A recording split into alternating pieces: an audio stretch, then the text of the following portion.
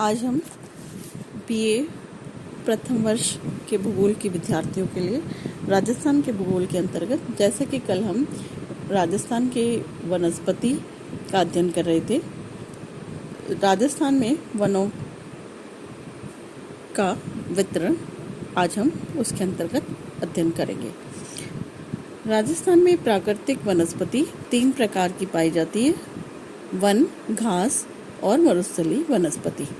राजस्थान में वन क्षेत्र मुख्यतः पूर्व और दक्षिण पूर्व में ही पाए जाते हैं, क्योंकि यहाँ पर ही अधिक वर्षा होती है।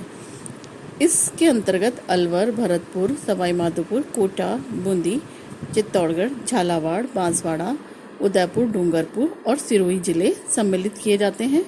यहाँ पर वनों में सागवान, शीशम, धोक, सालर, ठाक, पलास, टीमरू, नीम, पीपल, बांस, सीताफल आदि के वृक्ष पाए जाते हैं।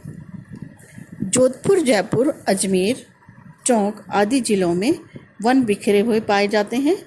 राजस्थान के उदयपुर जिलों में सबसे अधिक वन पाए जाते हैं और सबसे कम वनों का प्रतिशत पश्चिमी जिलों में है, जिनमें जोधपुर जिले में केवल 1% ही वन क्षेत्र पाया जाता है।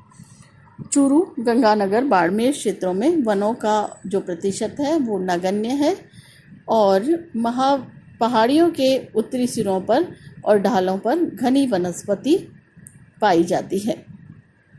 पहाड़ियों के बीच बीच में गहरी और सकड़ी घाटियां हैं, जो कृषि भूमि के लिए भी उपयुक्त है, जहां पर घने वन और सघन घास पाई जाती है। मिश्रित प्रकार की पतझड़ वाली वनस्पति, उपोष्ण सदाबहार वन, ये सभी भी आबूखंड, मेवाड़, बूंदी, अलवर की पहाड़ियों पर पाए जाते हैं। मेवाड़ की पहाड़ियों के दक्षिणी भागों पर धोकड़ा, सालर, आंवला, तेंदू, खैर, सागवान और बांस आदि के वृक्ष पाए जाते हैं। राजस्थान का जैसे कि पश्चिमी क्षेत्र है, वहाँ पर वनस्पति जो है वो कटीली झाड़ियों के रूप में है और बीच बीच में खैर, कीकर, रामबांस, बबूल, कुमात, खेजड़ी, विलायती खेजड़ा आदि वृक्ष पाए जाते हैं। पोखरण और जैसलमेर का क्षेत्र भी काफ़ी विस्तृत है, जहाँ पर कि विभिन्न जातियों की घास पाई जाती है और सावन, धामन, मुराद आमतौर पर इस किस्म की घास जो है वो वहाँ पाई जाती है। अब हम वनों के प्रकार कि राजस्थान में कितने प्रकार के वन पाए जाते हैं उनका अध्ययन करेंगे। राजस्थान की जो प्राकृतिक जलवायु है और दशाएं हैं और मिट्टी है, उसके अकॉर्डिंग वहाँ पर वनस्पति भी उसी प्रकार की पाई जाती है। उसमें सबसे पहले हम लेंगे शुष्क सागदेश, ड्राई टीक फॉरेस्ट। यह वन राज्य के दक्षिणी भाग में यानी बांसवाड़ा में पाया जाता है, जो कि 5200 वर्ग किलोमीटर क्षेत्र पर फैला हुआ है। साधारणतया यहाँ पर सागवान के जंगल पाए जाते हैं, लेकिन चित्तौड़गढ़, उदयपुर, बारां के वनों में भी सागवान के वृक्षों मिश्रित रूप से पाए जाते हैं। पश्चिमी अरावली में सागवान की सीमाएं उदयपुर में 24 डिग्री 42 सेकंड और उत्तरी अक्षांश, कोटा में 25 डिग्री 12 मिनट उत्तरी अक्षांश में पाई जाती है और ये 245 से 490 मीटर ऊंचाई पर पाए जाते हैं और वृक्षों की कुल लंबाई जो है 9 से 13 मीटर के बीच पाई जाती है। और यहाँ पर जो वृक्ष पाए जाते हैं, इनसे फर्नीचर और मकान के निर्माण का कार्य किया जाता है। इमारती लकड़ियों से छतों की घेराबंदी के लिए लट्ठे भी बनाए जाते हैं। बड़े वृक्षों के अतिरिक्त यहाँ पर झाड़ियाँ और घास भी पाई जाती है, जो कि नमी वाले क्षेत्रों में बांस पाए जाते हैं और बाकी लट्ठे जो हैं झाड़ियों के अस्तित्व यहाँ पर पाए जाते हैं।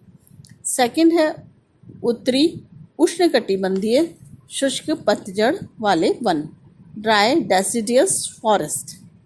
ये वन लगभग 26,418 वर्ग किलोमीटर क्षेत्र पर फैले हुए हैं। अरावली श्रेणी के जिन क्षेत्रों में ऊंचाई 270 से 770 मीटर के लगभग है, वहाँ पर ये वृक्ष पाए जाते हैं, जैसे कि दक्षिणी पूर्वी भागों में उदयपुर और बांसवाड़ा में। ये धोकड़ा वृक्ष शुष्क और गर्म वृक्ष है, जिसकी ऐसे 7.5 पाई जाती है, और ये जहाँ भी जल आपूर्ति है, गहरी मिट्टी है, वहाँ पर पाए जाते हैं। और कहीं कहीं पर इनकी जो धोकड़े की जो ऊंचाई है वो 14 मीटर से अधिक पाई गई है। इन क्षेत्रों में 50 से 100 सेंटीमीटर वर्षा काफ़ी है। इसके अलावा इनमें आम, तेंदू, बबूल, बरगद, गूलर, खैर, नीम, इसके अलावा बहेड़ा, धमन, खिरनी, सेमल, टीमरू आदि पाए जाते हैं। और ऊंची पहाड़ियों पर बांस, आंवला, ओक, थोर, करौंदा और धोकड़ा के वृक्ष जो हैं वो मेनली क्या काम आते हैं? कृषि औजारों को बनाने के लिए। और खैर से कत्था, खिरनी से खिलौने और तेंदू के पत्तों से बीड़ी बनाई जाती है। ये काम जो ये पौधों के उपयोग हैं। थर्ड है मिश्रित पतझड़ वाले वन, मिक्स्ड डेसिडियस फॉरेस्ट। यह वन उदयपुर में आमतौर पर कोटा, राजसमंद, बूंदी, चित्तौड़गढ़, सिरोही के कुछ भागों में पाए जाते हैं। ये वन 9,000 वर्ग किलोमीटर क्षेत्र पर फैले हुए हैं, जहाँ पर की औसत वार्षिक वर्षा 35 सेंटीमीटर और जो शीतकालीन तापमान है वो 10 डिग्री सेल्सियस और ग्रीष्मकालीन तापमान 46 डिग्री सेल्सियस के आसपास रहता है। ये वन जो हैं वो 700 से 1200 मीटर की ऊंचाई वाले क्षेत्रों में पाए जाते हैं। और वृक्षों के नाम हैं धोकड़ा, बरगद, गूलर, आम, जामुन, बबूल, खैर आदि। और वैसे जैसे कि इन वनों से प्राप्त लकड़ी जो है उनका फर्नीचर बनाया जाता है, ईंधन के काम आता है और काठ का कोयला बनाया जाता है। नेक्स्ट जो है वो है सालर वन। ये वन अलवर, चित्तौड़गढ़, उदयपुर, सिरोही, अजमेर, जोधपुर आदि जिलों में पाया जाता है, जो कि 10,360 वर्ग किलोमीटर क्षेत्र पर पाया जाता है। और वार्षिक वर्षा जो है 50 से 100 सेंटीमीटर के मध्य होती है। और ये वृक्ष 430 मीटर से अधिक ऊंचाई पर पाए जाते हैं। इनमें गहरी मिट्टी जहाँ पर भी पाई जाती है वहाँ घास की प्रकारें पाई जाती है। नेक्स्ट है ढाक या पलास के वन।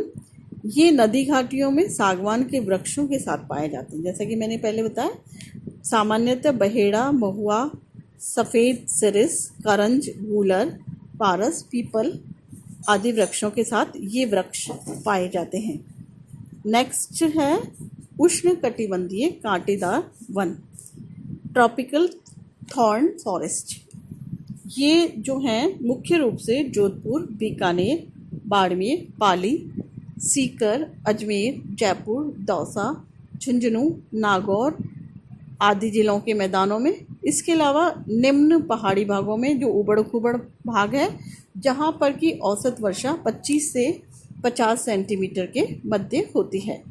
रेतीली भूमि और शुष्क जलवायु होने के कारण यहाँ पर पौधे जो हैं सूखे और झाड़ीयुक्त है, जिनमें खेजड़ा, रोहिड़ा, बेर, जाल, कटीले बबूल, कैर आदि के वृक्ष पाए जाते हैं।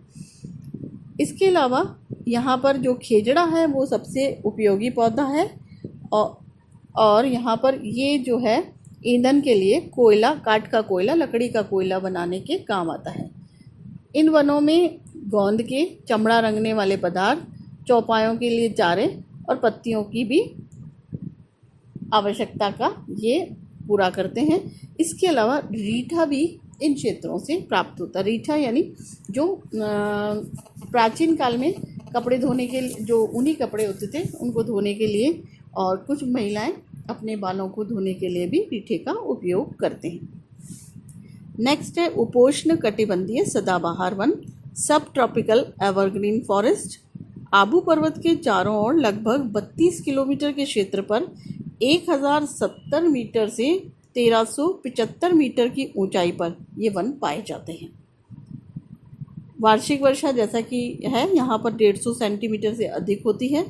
आबूखंड के ढलानों में जो वृक्ष और झाड़ियाँ पाई जाती हैं उसमें बांस, आम, धाऊ के कुछ प्रजातियाँ, सिरिस, बेल, जामुन, रोहिड़ा आदि पाए जाते हैं। और आबू के जो ऊंचे पर्वतीय क्षेत्र हैं वहाँ अम्बतरी पाई जाती है और राजस्थान में ये आबू की वनस्पति के नाम से प्रसिद्ध है, जो कि इन क्षेत्रों में पाई जाती है। अब इन वनस्पति का जो आर्थिक महत्व है वो ये है कि इनसे रोजगार प्राप्त होता है। दोखड़ा के वृक्ष जो हैं वो सबसे अधिक कृषि यंत्र बनाने के काम में लिए जाते हैं। सागवान और सालर के वृक्ष जो हैं फर्नीचर आदि बनाने के लिए काम में लिए जाते हैं। इसके अलावा ईंधन के लिए, जैसा कि मैंने बताया कि काठ का कोयला, लकड़ी का कोयला बनाने के लिए काम में लिया जाता है। इसके अलावा जैसे मैंने पहले कहा कि तेंदू के पत्ते जो है बीड़ी उद्योग के लिए, और गोंद, घास पशुओं के चरने के लिए, बांस जो कि कत्थे का, खस का, शहद का, मोम का आदि ये सारी जड़ी बूटियाँ जो हैं वो हमें वनों से ही प्राप्त होती है। अतः वनों का आर्थिक महत्व बहुत अधिक है और राजस्थान में धीरे धीरे वनों के प्रसार के लिए, चाहे वो रेगिस्तान ही है, वहाँ भी कोशिश की जा रही है। वर्षों से काजरी नामक संस्था जो है वो मरुस्थल के प्रसार को रोकने के लिए भी और वहाँ पर वनस्पति आवरण बढ़ाने का भी कार्य कर रही है। आज ये हमारा राजस्थान का वनस्पति आवरण वाला चैप्टर अब पूरा हो गया है।